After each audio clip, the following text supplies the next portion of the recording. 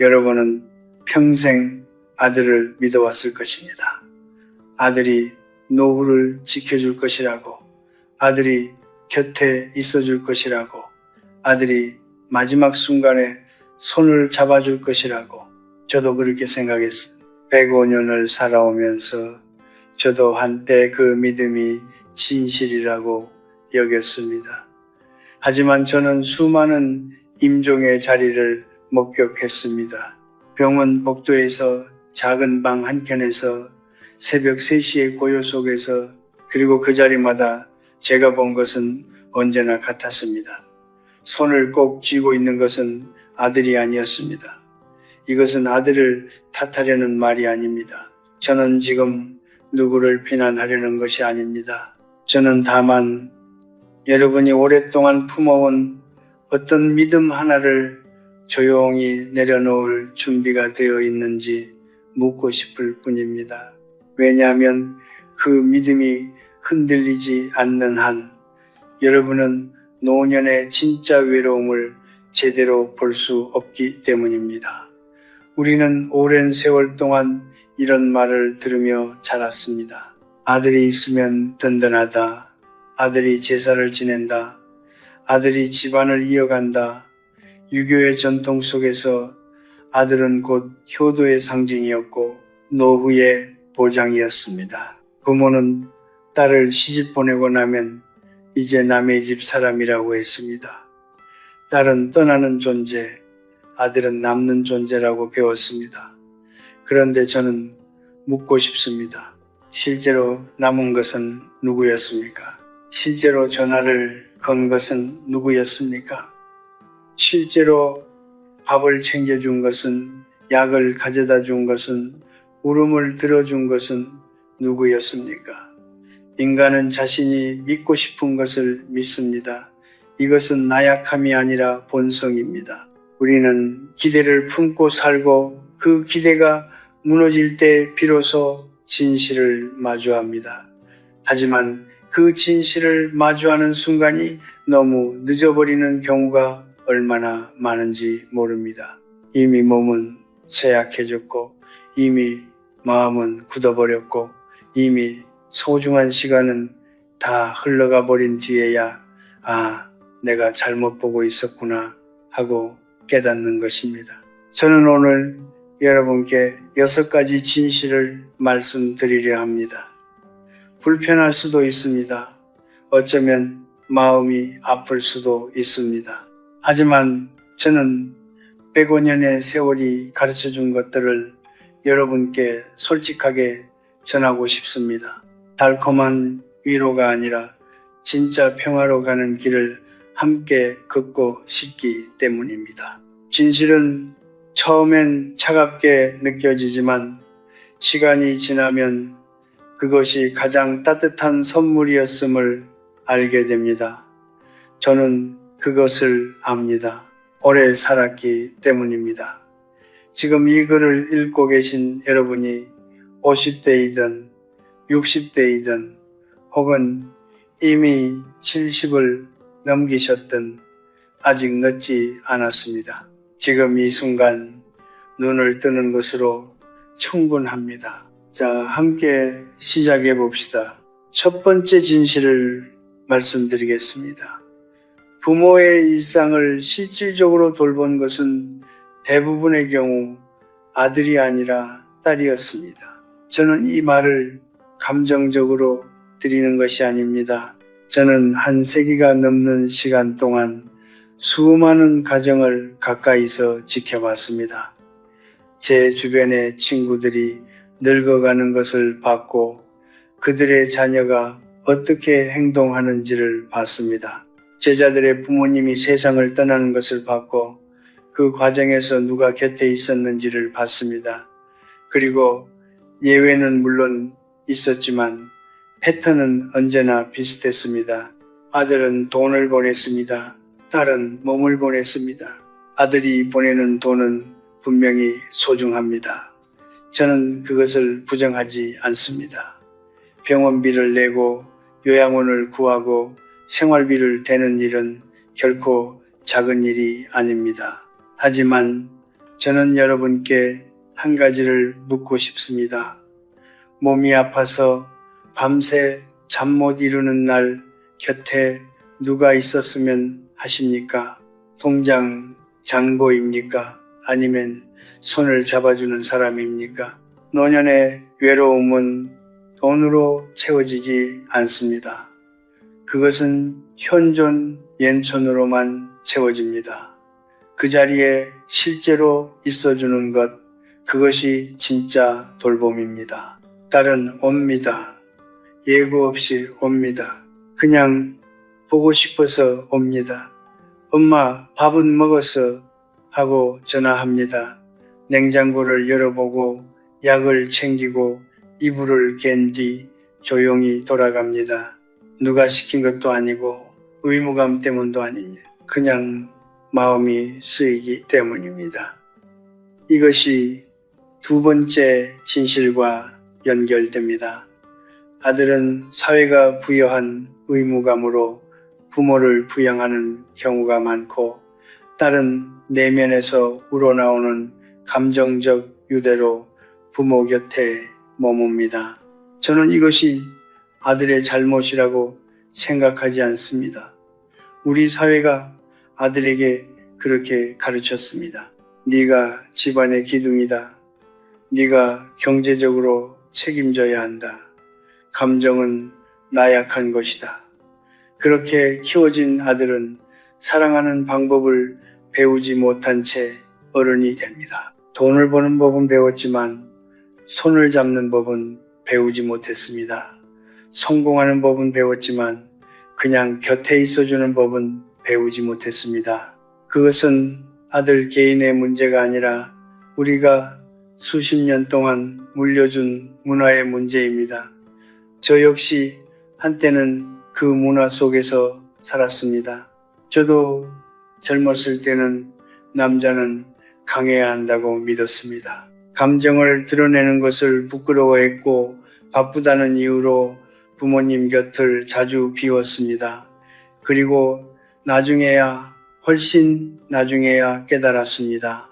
제가 그 시간 동안 보내지 못한 전화 한 통, 드리지 못한 안부 한마디가 얼마나 큰 빈자리였는지를, 돈보다 더 귀한 것은 시간이고 시간보다 더 귀한 것은 그 시간 안에 담긴 마음이라는 것을, 여러분 중에 아들을 둔 부모님이 계신다면 오늘 이 말을 기억해 주십시오. 아들에게 기대를 거는 것이 나쁜 것이 아닙니다. 하지만 그 기대의 방향을 조금 바꿔보십시오. 아들이 돈을 보내주겠지가 아니라 아들이 전화 한 통이라도 자주 해줬으면으로, 그리고 아들을 둔 분들이라면 지금 당장 전화기를 들어주십시오. 어머니께, 아버지께 용건 없이 그냥 목소리가 듣고 싶어서 그 전화 한 통이 여러분이 생각하는 것보다 훨씬 더 큰 의미를 가진다는 것을 저는 105년의 경험으로 말씀드릴 수 있습니다. 세 번째 진실은 숫자가 말해줍니다. 감정이 아니라 데이터가 말해줍니다. 연구자들이 노인 돌봄에 관한 조사를 진행했을 때 결과는 놀라울 정도로 일관되게 나타났습니다. 부모의 임종을 마지막까지 지킨 자녀가 누구였는지를 물었을 때 압도적인 다수가 딸이었습니다. 한국뿐만 아니라 일본에서도 미국에서도 유럽에서도 마찬가지였습니다. 문화가 달라도 언어가 달라도 이 하나의 패턴만큼은 국경을 초월했습니다. 임종의 자리에 있는 사람은 통계적으로 딸이었습니다. 저는 이 숫자를 처음 접했을 때 놀라지 않았습니다. 왜냐하면 저는 이미 그것을 눈으로 보아왔기 때문입니다. 제가 살아온 105년 동안 저는 수십 번의 임종 자리를 가까이서 지켜봤습니다. 오랜 친구들이 세상을 떠날 때, 제자들의 부모님이 눈을 감을 때, 이웃의 노인들이 마지막 숨을 거둘 때 저는 그 자리에 누가 있었는지를 기억합니다. 그리고 그 기억 속에서 손을 놓지 않고 있던 사람은 거의 언제나 딸이었습니다. 아들은 어디 있었냐고요? 아들은 대부분 왔습니다. 하지만 잠깐 왔다가 돌아갔습니다. 회사가 있었고 가정이 있었고 처리해야 할 일들이 있었습니다. 그것이 나쁜 것이라고 저는 말하지 않겠습니다. 인간은 자신의 삶을 살아야 합니다. 하지만 현실은 현실입니다. 새벽 2시에 산소호흡기 옆에 앉아있는 사람, 간호사가 교대할 때마다 우리 어머니 좀 잘 부탁드립니다. 라고 고개를 숙이는 사람, 부모님의 손발이 차가워지는 것을 느끼면서도 자리를 뜨지 못하는 사람, 그 사람이 누구였는지를 여러분은 이미 마음속으로 알고 있을 것입니다. 저는 오래전에 한 친구를 떠나보냈습니다. 그 친구에게는 아들 둘과 딸 하나가 있었습니다. 아들들은 사업을 했고 집도 크고 부유했습니다. 딸은 평범하게 살았습니다.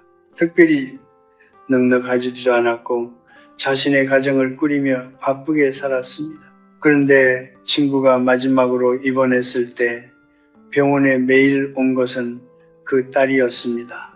출근 전에 들렀다가 퇴근 후에 또 들렀습니다. 아들들은 중요한 순간에 나타났다가 사라졌습니다. 친구가 눈을 감는 날 밤 곁에 있던 것은 그 딸이었습니다. 저는 지금도 그 장면을 잊지 못합니다. 딸이 아버지의 손을 꼭 쥐고 아무 말 없이 울고 있던 그 모습을 왜 이런 일이 반복될까요? 저는 오랫동안 이 질문을 생각해 왔습니다. 그리고 제가 내린 결론은 이것입니다.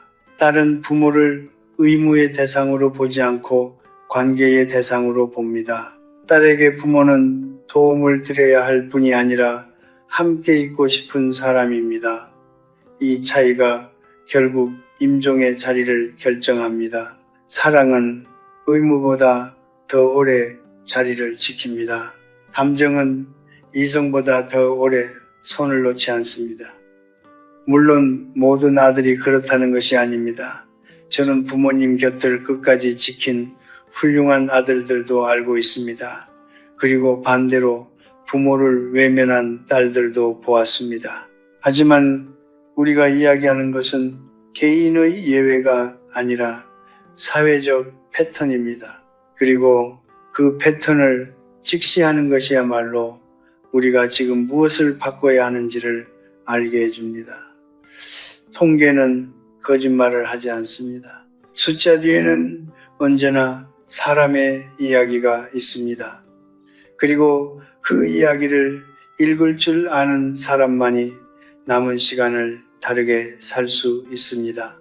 네 번째 진실을 말씀드리기 전에 저는 먼저 한 가지를 분명히 하고 싶습니다. 저는 며느리를 나쁘게 말하려는 것이 아닙니다. 며느리는 처음부터 남이었습니다. 그것이 며느리의 잘못이 아닙니다. 피 한 방울 섞이지 않은 사람에게, 자신을 낳아주지도 않은 사람에게 평생을 헌신하라고 요구하는 것이 오히려 무리한 일입니다. 저는 그것을 압니다. 그래서 저는 며느리를 탓하지 않습니다. 다만 현실을 있는 그대로 보아야 한다고 말씀드리는 것입니다. 딸과 며느리 사이의 감정적 거리는 아무리 좋은 관계라 해도 근본적으로 다릅니다. 딸은 그 집에서 태어났습니다. 그 부엌 냄새를 알고 그 방에 삐걱거리는 마룻바닥을 압니다. 어머니가 어떤 음식을 좋아하는지, 아버지가 어떤 말에 상처받는지를 몸으로 알고 있습니다. 그것은 배워서 아는 것이 아니라 함께 살면서 쌓인 것입니다. 그 쌓임의 무게가 결정적인 순간에 딸을 부모 곁으로 이끕니다. 반면 며느리는 그 집에 들어온 사람입니다. 아무리 노력해도, 아무리 착해도 그 뿌리의 깊이는 다를 수밖에 없습니다. 이것은 냉정한 판단이 아닙니다. 이것은 인간 관계의 본질입니다. 저는 오랜 세월 동안 이런 이야기를 많이 들었습니다. 우리 며느리가 얼마나 잘하는지 몰라요. 그 말을 하는 어머니의 눈빛 속에는 언제나 조심스러움이 담겨 있었습니다.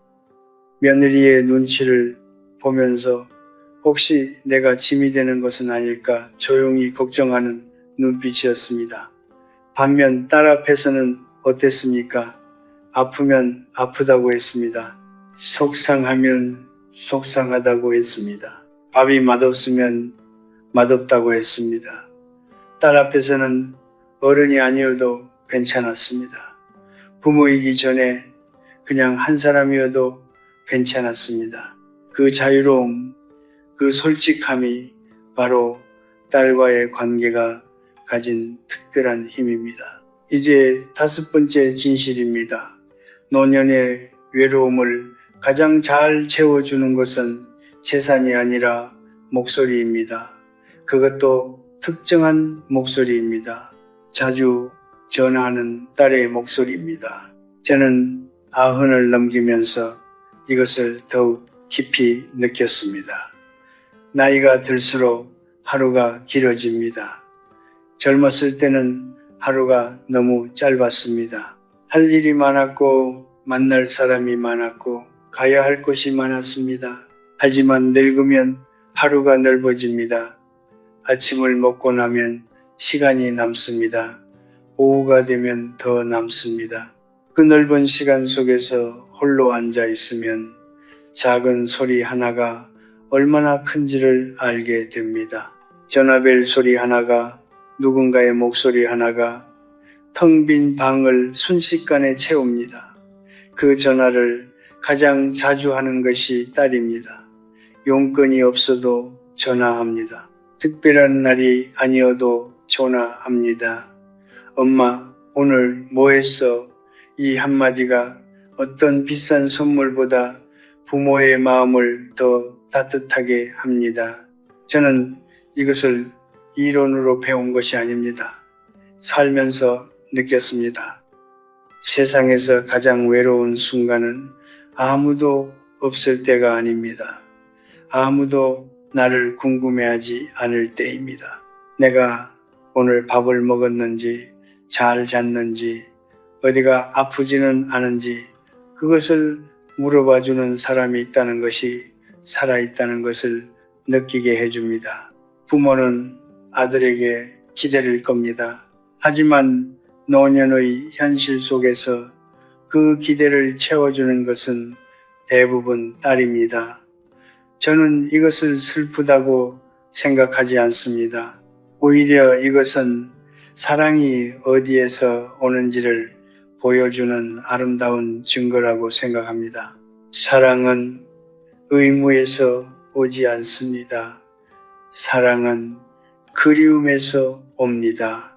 그냥 보고 싶어서, 그냥 목소리가 듣고 싶어서 아무 이유 없이 전화기를 드는 그 마음이 진짜 사랑입니다. 그리고 그 진짜 사랑이 노년의 긴 하루를 견딜 수 있게 해주는 가장 강한 힘입니다. 6번째 진실, 그리고 오늘 제가 드리고 싶은 가장 핵심적인 이야기입니다. 진정한 효도에는 성별이 없습니다. 태어난 순서도 없습니다. 오직 사랑의 깊이와 꾸준한 관심만이 있을 뿐입니다. 저는 지금껏 아들과 딸을 비교하며 이야기해 왔습니다. 하지만 제가 정말로 말하고 싶었던 것은 그 비교 자체가 아닙니다. 제가 말하고 싶었던 것은 우리가 너무 오랫동안 잘못된 기준으로 효도를 측정해 왔다는 것입니다. 아들이냐, 딸이냐, 첫째냐, 막내냐, 가까이 사느냐, 멀리 사느냐, 이런 기준들은 사실 아무것도 말해주지 않습니다. 진짜 기준은 단 하나입니다. 당신이 필요할 때 그 사람이 거기 있었느냐, 그것뿐입니다. 저는 제 자신의 이야기를 하나 드리겠습니다. 저는 오랜 세월 동안 많은 제자를 가르쳤습니다. 그 중에는 저를 깊이 존경한다고 말한 사람들도 있었고 졸업 후에도 꾸준히 찾아온 사람들도 있었습니다. 저는 솔직히 말씀드리겠습니다. 제가 크게 아팠을 때, 제가 가장 힘들었던 시간에 곁에 있어준 것은 제가 예상했던 사람이 아니었습니다. 화려하게 성공한 제자가 아니었습니다. 말수가 적고 조용했던, 늘 뒤에서 묵묵히 있던 그 사람이었습니다. 그는 아무 말도 하지 않았습니다. 그냥 와서 앉아 있었습니다. 밥을 차려주고 약을 챙겨주고 제가 잠들 때까지 옆에 있었습니다.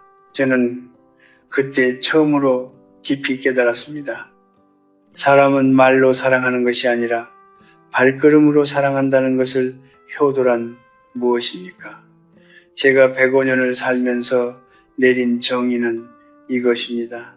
효도란 상대방이 외롭지 않다고 느끼게 해주는 것입니다. 거창한 것이 아닙니다. 비싼 것이 아닙니다. 부모가 전화했을 때 바로 받는 것, 밥은 먹었냐고 먼저 묻는 것, 아프다고 했을 때 다음 날 찾아가는 것, 이 작은 것들이 쌓여서 효도가 됩니다. 그리고 이 작은 것들은 아들도 할 수 있고 딸도 할 수 있습니다. 며느리도 할 수 있고 사위도 할 수 있습니다. 성별이 문제가 아닙니다. 마음이 문제입니다. 저는 오랜 세월 동안 참 많은 가정을 보아왔습니다. 그 중에서 가장 아름다운 가정은 가장 부유한 가정이 아니었습니다. 가장 많은 자녀를 둔 가정도 아니었습니다. 가장 아름다운 가정은 부모가 자녀에게 짐이 되는 것을 두려워하지 않아도 되는 가정이었습니다. 부모가 아프면 아프다고 말할 수 있고 외로우면 외롭다고 말할 수 있고 보고 싶으면 보고 싶다고 말할 수 있는 가정, 그 솔직함이 허용되는 관계, 그것이 진짜 효도가 살아있는 가정입니다. 그리고 저는 이것을 자녀들에게만 말하는 것이 아닙니다. 부모님들께도 말씀드리고 싶습니다. 여러분도 바꿔야 할 것이 있습니다. 아들에게만 기대를 거는 오랜 습관을 내려놓으십시오. 딸의 수고를 당연하게 여기는 마음을 내려놓으십시오. 곁에 있어주는 사람에게 고맙다고 말하십시오. 그 말 한마디가 그 사람이 계속 곁에 있게 하는 힘이 됩니다. 사랑은 주고받는 것입니다. 일방적인 헌신은 언젠가 반드시 지칩니다. 하지만 서로가 서로에게 감사하는 관계는 세월이 흘러도 시들지 않습니다. 저는 오늘 이 말을 들으면서 제 가슴속 깊은 곳에서 한 가지 소망을 품습니다.